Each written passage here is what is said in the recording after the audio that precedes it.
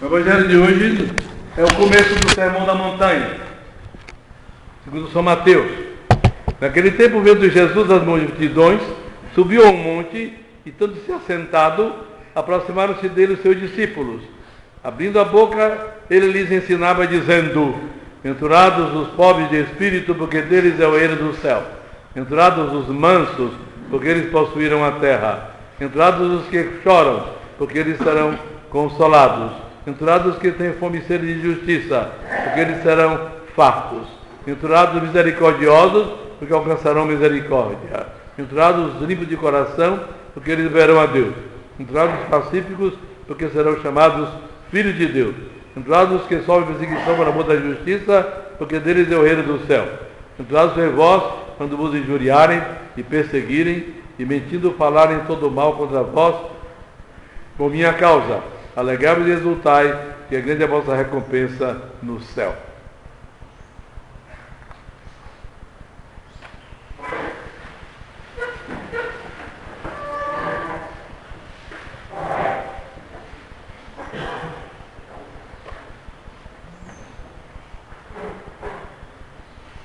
Existem no mundo muitas ordens religiosas, muitas congregações, algumas de mais de 1000 anos, como os beneditinos, por exemplo,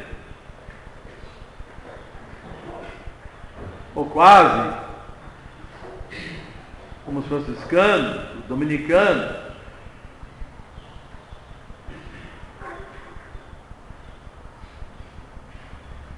Cada uma nasceu numa época como um remédio da igreja para alguma necessidade. Essa pequena comunidade chamada Família Beate Mariae Virginis, Família da Bem-aventurada Virgem Maria, nasceu para quê? E por quê? Nasceu para conservar a fé católica nos seus membros. Nasceu para isso. Jesus veio ao mundo quando o demônio reinava na terra toda.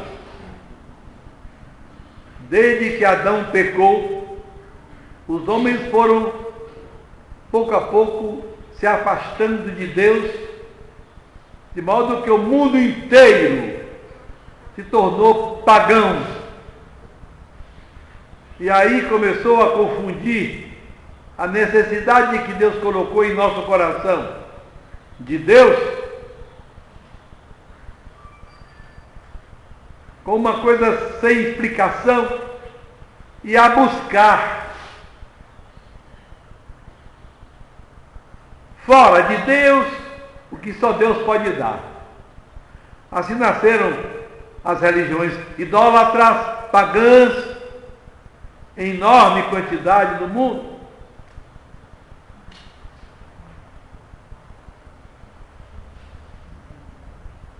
Jesus é Deus e veio ao mundo para trazer a verdade que o homem tinha perdido e trazer a salvação que o homem tinha perdido. Trazer a virtude que o homem tinha perdido.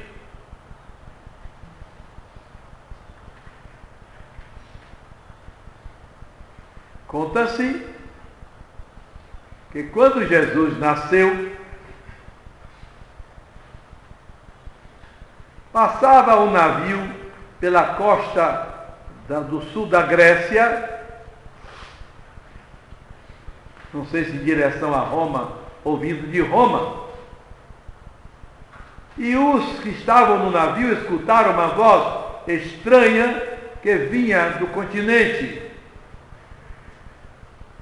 O grande Pan morreu, o grande Pan morreu, o grande Pan morreu. Pan, em grego, pan, neutro do indefinido pas, passa pan, significa tudo. Com este nome, os gregos pagãos que não conheciam Deus adoravam um demônio que eles representavam como se fosse um bode em pé sobre as patas traseiras, com uma cara de homem misturada de bode, e que eles adoravam acreditando que ele reinava nos campos.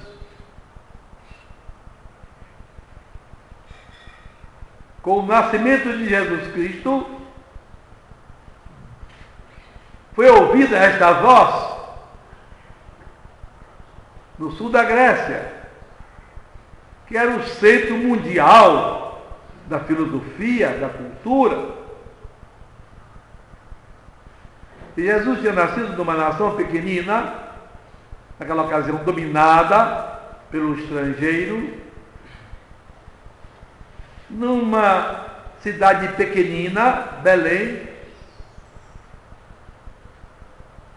embora dando logo sinais de que não era uma criança comum, anjos aparecendo aos pastores que cuidavam do seu rebanho noite afora, para adorar o menino que tinha nascido na gruta, anjo disfarçado de estrela aparecendo a príncipes orientais,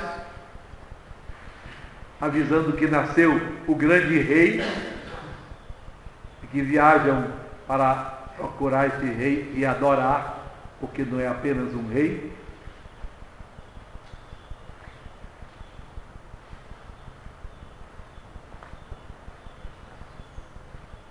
Jesus cresce aos 12 anos, aparece inesperadamente no templo de Jerusalém e conversa com os sábios judeus que entendiam muito da Bíblia, das tradições hebraicas, e ficam espantados com o que ele falava, com o que ele perguntava e com o que ele respondia. Aos 30 anos, Jesus aparece operando os milagres mais estupendos e dizendo que ele é o Messias prometido de longa data por Deus para salvar o mundo. Os seus não o receberam, ele é morto na cruz, mas ressuscita ao terceiro dia e aparece somente àqueles que foram fiéis a ele, gente simples, mas que vai sair pelo mundo afora, e a sua doutrina vai se espalhar pelo mundo, e cada vez mais conhecida. Quando chega, 1000 anos depois, na Idade Média, na Europa, por exemplo, os reinos são todos fiéis a Jesus Cristo, os reis são católicos, muitos deles são santos, os mestres das universidades são católicos, o povo é católico, os profissionais são católicos, todos seguem Jesus Cristo. Isso vai caminhar para expandir o resto do mundo, dominar tudo. Entretanto, o grande punk tinha morrido quando Jesus nasceu, o demônio, que estava de derrota em derrota, com o triunfo de Jesus Cristo, odiando a Deus e a salvação das almas, tenta recuperar o que perdeu. E como é anjo, os demônios são anjos perdidos, continuam com a inteligência de anjo, embora levada para o mal, criam uma ideia péssima, uma ideia diabólica, para destruir tudo isso. E como começa? Despertando o interesse pelos grandes artistas da antiga Grécia e da antiga Roma. Começa pela literatura, o que eles chamam de humanismo. Grave esta palavra, que vai ser uma espécie de sinal fatídico ao longo dos séculos, até culminar na situação de hoje. O pretexto, a isca, é a beleza literária. Inegável que pegaram um poema de Ovídio, pegaram um poema de Horácio, uma ode de Horácio, um poema de Virgílio, um discurso de Cícero, um poema de Ulisses, de Homero,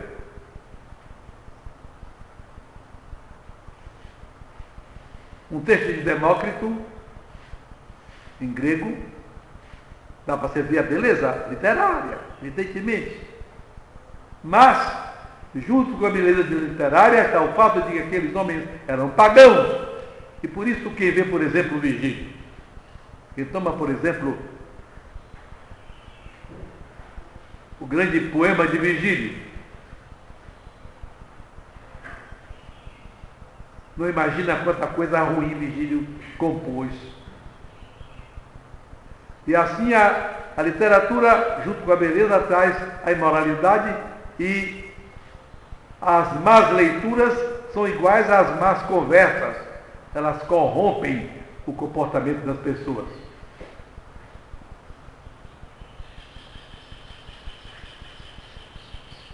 Vem a apreciação da arte. A arte tem a sua beleza. Mas é uma beleza que tem a nudez, a falta de preocupação moral. E assim essa arte pagã começa a invadir, vira moda, gostar dela, imitá-la. É assim que pouco a pouco, ao lado, depois do humanismo, aparece um desenvolvimento mais amplo, paganizante, chamado Renascimento.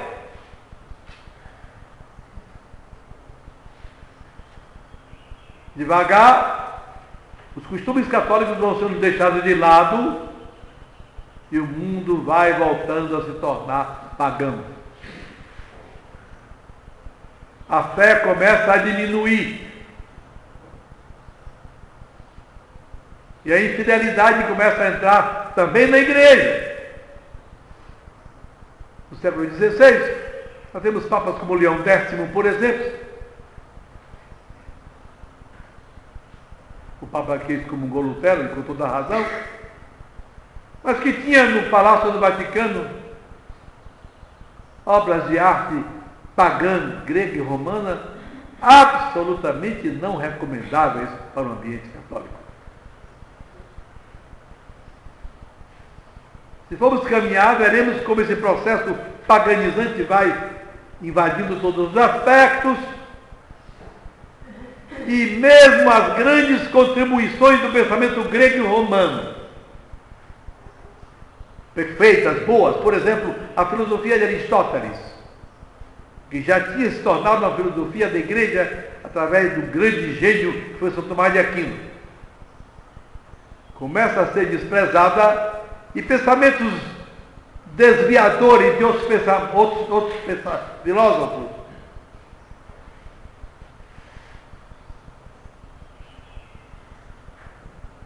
como Parmênides e outros, invade o pensamento humano, e no século XVII, XVIII, XIX, surge toda uma filosofia malsã, como o protestantismo do século XVI, há uma rebelião contra a catolicidade. O mundo entra num processo de desagregação. Cada dia ideias novas, mais estranhas, mais afastáveis de Deus, vão dominando o ambiente católico do Ocidente.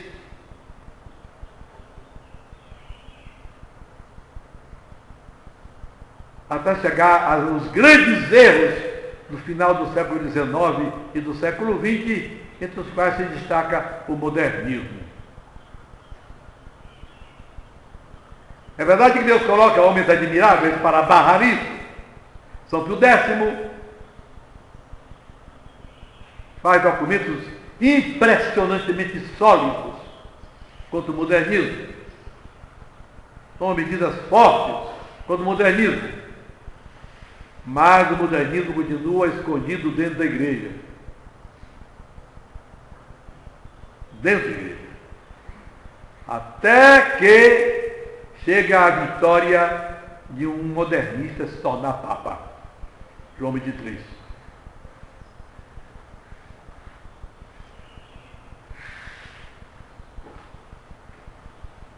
Esse modernismo que ensina que a fé não é uma verdade ou um conjunto de verdades que Deus traz para nós aprendermos e acreditarmos, mas o resultado de um impulso interno, de uma necessidade da divindade, fazendo da fé um movimento meramente subjetivo.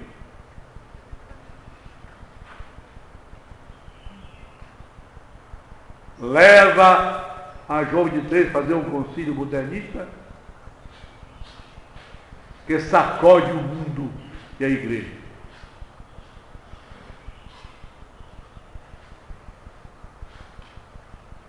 Mudar, mudar, mudar. Os princípios que duraram séculos e produziram admiráveis frutos vão sendo deixados de lado. Está indo para o concílio, vós sois novos, não sois velhos como eu, que estou à beira dos 80 anos e que vi essas coisas. Agora não é mais como era, não, agora vai ser assim, agora vai ser assim, agora vai ser assim, agora vai ser assim. E a sensação de vertigem invade.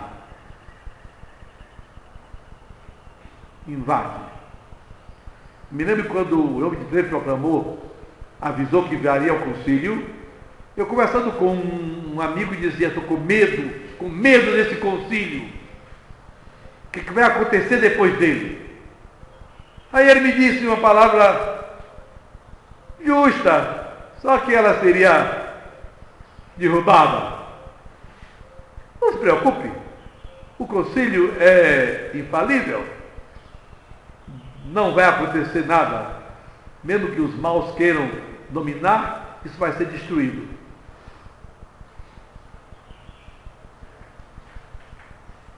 Aí eu parei assim um pouquinho tranquilo. Eu estou com medo à toa. Mas para que não houvesse perigo de o concílio fazer bem, para que não houvesse perigo de o concílio conservar as verdades eternas, João 23 declarou que não seria um concílio dogmático.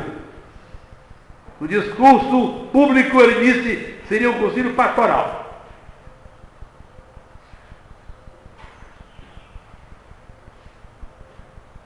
No sentido rigoroso da palavra, todo concílio é pastoral, porque cuida do povo. No sentido que ele queria dar, significava que não seria proclamado dogma nenhum, nem feita condenação nenhuma. E assim seria uma reunião de decisões para influir mais livre da guarda da infalibilidade divina. Eis que se faz um concílio em que se dispensa o Espírito Santo. Sendo um concílio pastoral, evidentemente que ele não tinha nenhuma força para obrigar sob fé a qualquer pessoa.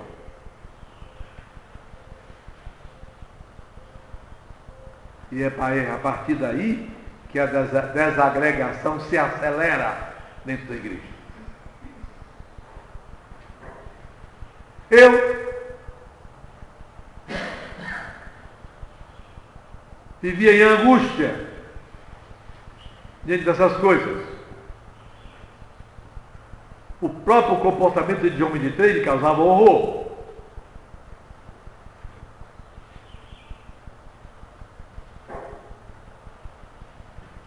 Ele morre de repente de câncer no estômago, debaixo de sofrimentos terríveis, Quem sabe esse sofrimento não conseguiu a salvação dele. Não é impossível. Fica no lugar dele ou ocupa ele. O irmão gêmeo dele, Paulo VI, que vai continuar o trabalho.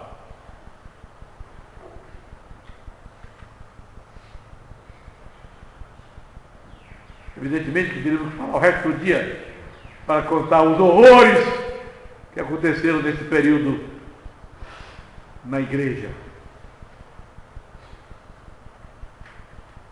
É nesse tempo que morre meu amigo pessoal, Dom Augusto Cardeal Álvaro da Silva, velhinho, 90 e tantos anos de idade.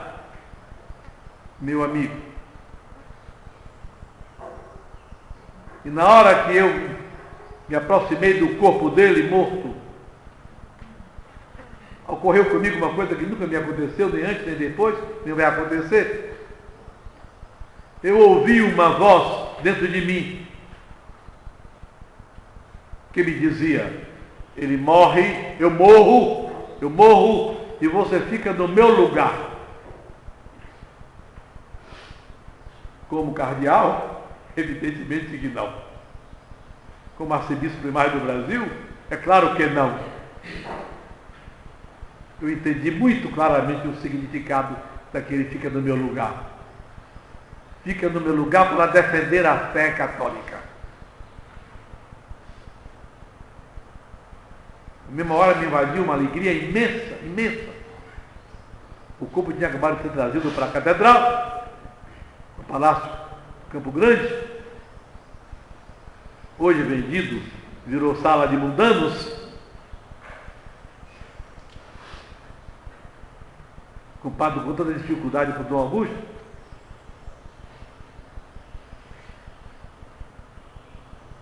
Eu subi para a torre, vou solenizar os funerais de Dom Augusto. Ninguém está batendo sino nenhum, já estava aquela confusão depois do concílio. Eu vou dobrar finados como manda a regra. O bispo diocesano morre, dobrar finados de 15 em 15 minutos.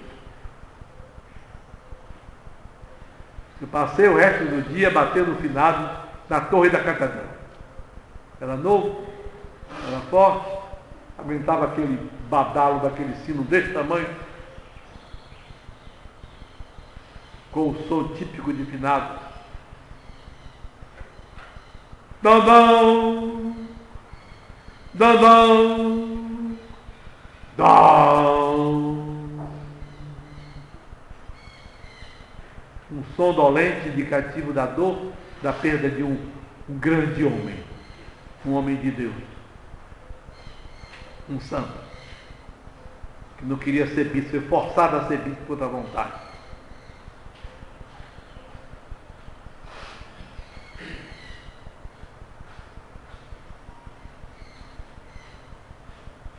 Fiz meu plano para cumprir aquilo que me era dito. Foi assim que, professor, consegui formar um grupo de alunos, o núcleo primeiro da família Beata Maria Virgem. Primeiro grupo, que começou a crescer espiritualmente, e depois degringolou, e todos me abandonaram. Todos. Não ficou um sequer.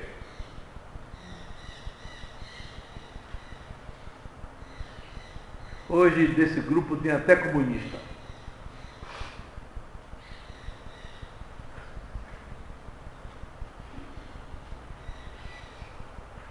Mas enquanto saía um, entrava outro. De maneira que não parou, não ficou, não houve solução de continuidade.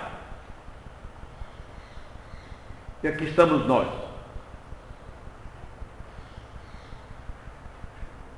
Qual o compromisso que fazemos? Chamamos esse compromisso de estabilidade. Fazemos voto de estabilidade. Falar do voto de castidade, de pobreza, de não ter pessoalmente nada, e de obediência, o voto de estabilidade. Em que consiste o voto de estabilidade? Em viver o catolicismo como ele sempre foi, sem alteração nenhuma. sem alterar uma vírgula, seguindo aquele conselho do profeta Jeremias: olhai como eram os caminhos de outrora, pois andai por eles.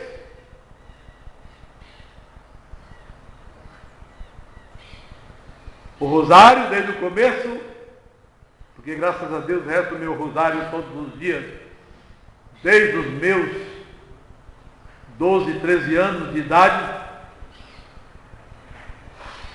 e tenho certeza que foi este rosário quem nos conduziu.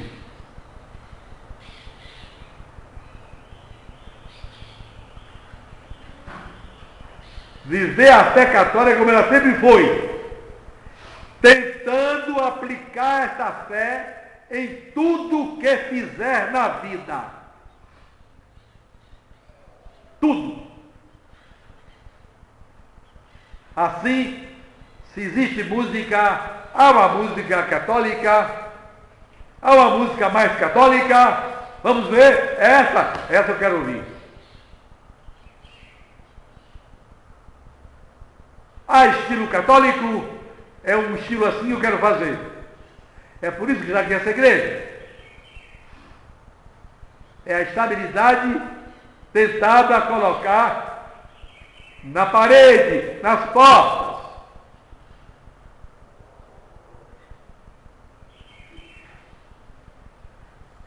Essa grade da mesa da comunhão é feita de uma madeira raríssima, é um tipo de jacarandá diferente, que só existe no centro do estado da Bahia, em nenhuma outra parte do mundo.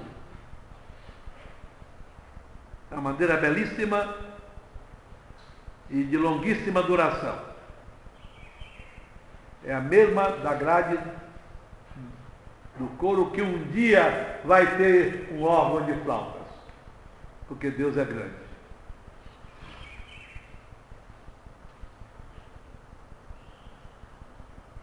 Começamos aqui com uma casa de taipa, era uma casinha de taipa de um protestante que estava fazendo uma outra de taipa, que estava gradeada para ser uma igreja protestante. Comprei com a ajuda de Manuel Joaquim de Carvalho Júnior, Nelito Carvalho, que passou a rezar o rosário todos os dias. Se estiver vivo, acho que ainda reza o rosário todos os dias. Foi o doutor Nelito que me ajudou a comprar esse terreno.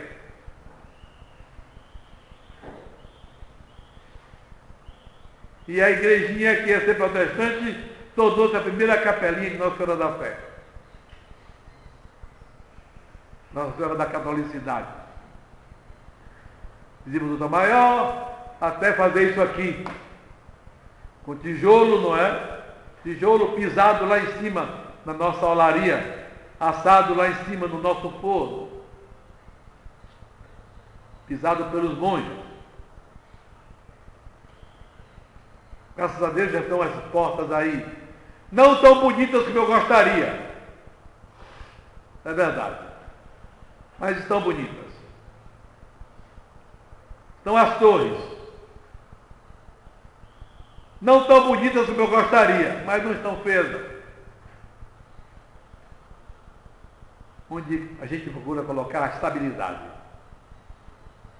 Estabilidade em tudo. Isto é, a catolicidade em tudo. Nada sem ela. Por isso, nada sem a Virgem Maria, nada sem Jesus, nada com pecado. Foi para isso que nasceu essa comunidade. Esse grupo que aqui vive assim. Essa noite, a noite antes da primeira sexta-feira do mês, que é o dia primeira, sexta-feira do mês, como sempre fazemos, a noite inteira, adoração ao Santíssimo Sacramento, para desagravar o Sagrado Coração de Jesus.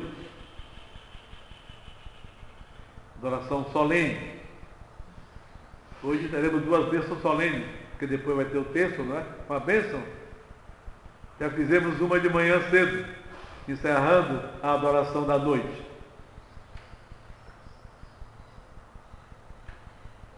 Eis aí, meus caríssimos irmãos, um pouquinho do que eu gostaria de explicar o que é que nós somos. Somos uns pobres pecadores, estúpidos, desejando pertencer a Deus, desejando agradar a Deus, desejando servir a Deus, desagradando aos governantes atuais da igreja que querem implantar o concílio com todas as coisas estranhas que ele trouxe.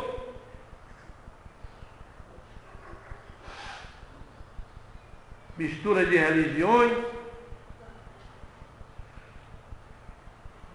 Nossa Senhora de Fátima pediu que o Papa consagrasse a Rússia ao Imaculado Coração dela, para a Rússia não espalhar seus erros pelo mundo todo. A fazer 100 anos daqui a 4 anos. Nossa Senhora avisou que ia fazer esse pedido. Até hoje os papas não fizeram essa consagração. Que os papas espalhassem a devoção dos 5 primeiros sábados. Não se faz. Então, ela disse, mas um dia o Papa vai fazer, mas será tarde demais. Por quê? Porque antes a Rússia já teria espalhado os erros dela pelo mundo todo. E a gente sabe como a Rússia enganou. Aí estão os sindicatos que nasceram do espírito comunista. Aí estão as invasões de terra que nasceram do espírito comunista. A Rússia espalhou os seus erros no mundo todo. Aí está o PT, fundado por padre, que é um partido comunista disfarçado. A Rússia espalharia seus erros pelo mundo todo. A Rússia espalharia o ódio entre patrão e empregado. A Rússia conseguiria destruir o mundo. Aí está o Brasil, cada vez mais se destruindo. Agora, quem disser que o homossexualismo está errado, deve ser condenado por desrespeitar os direitos humanos. Imagine.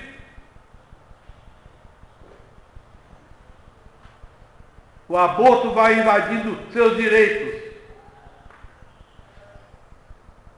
Agora estão querendo aprovar uma nova lei para obrigar a educação sexual das crianças nas escolas, todas as escolas, porém a educação vai ser dada por funcionários que o governo vai mandar, não é pela escola não.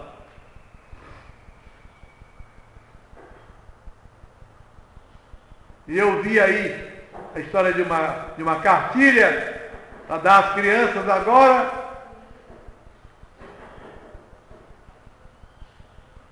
Desenhos de órgãos sexuais, desenhos de pares homossexuais masculinos e femininos e heterossexuais, para as crianças escolher, isto é, a capacidade de transformar uma inocente criança num demônio. Aonde vamos parar? Ou nós nos convertemos para ter coragem de morrer na hora que vier a perseguição pela nossa fé, ou também nós iremos para o inferno com eles. Tudo muito mal, de mal a pior.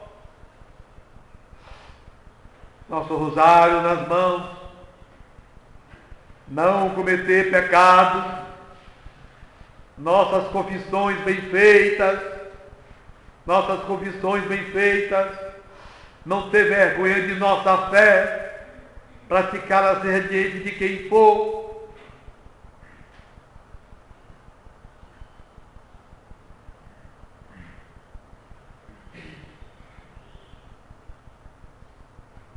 Quando eu fui dar uma medalha milagrosa à caixa de casa comercial, onde eu fui comprar uns pregos. Quero não. Não é católica não? Não. Que pena. Aqui é a imagem da Virgem Maria, mãe de Jesus. E a igreja católica foi aquela que Jesus Cristo fez. Que não for católico não se salva.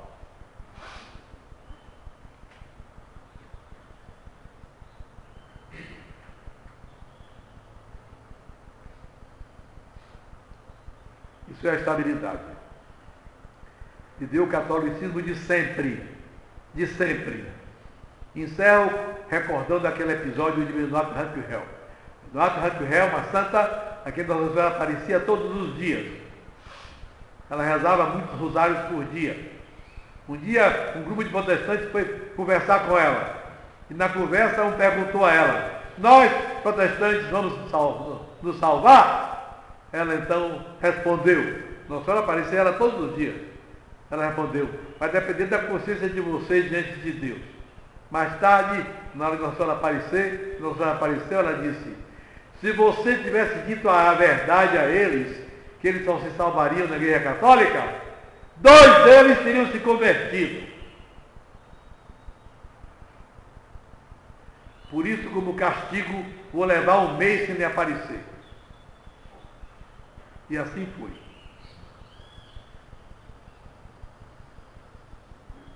A vida é muito séria, porque ela termina com o céu ou com o inferno. Santa Maria, Mãe de Deus, rogai por nós, pecadores, agora e na hora de